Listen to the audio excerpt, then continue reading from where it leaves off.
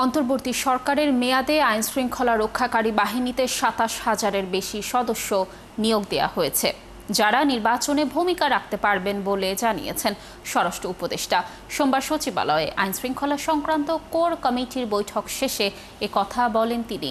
বিকেলে সচিবালয়ে আইনশৃঙ্খলা সংক্রান্ত কোর কমিটির বৈঠক শেষে তিনি স্বীকার করেন, মব সন্ত্রাস আগের চেয়ে কমলেও পুরোপুরি নিয়ন্ত্রণে আসেনি।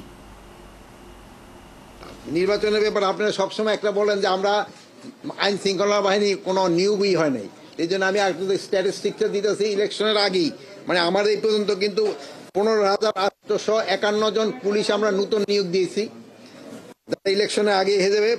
তারপরে আমাদের বিজিবিতে হলো ৪,৪৬৯ জন, আপনারা একটু কাইন্ডলি লেখা নিয়ে, হয়তো দুই একজন এদিক হয়ে ৪,৪৬৯ জন।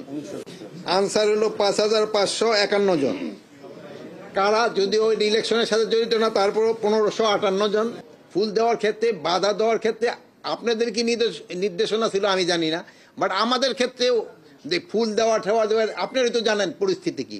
এটার ক্ষেত্রে আমাদের ক্ষেত্রে যেন কোনো রকমের অপ্রীতিকর ঘটনা না ঘটে, এই ব্যাপারে আমাদের নির্দেশনা ছিল।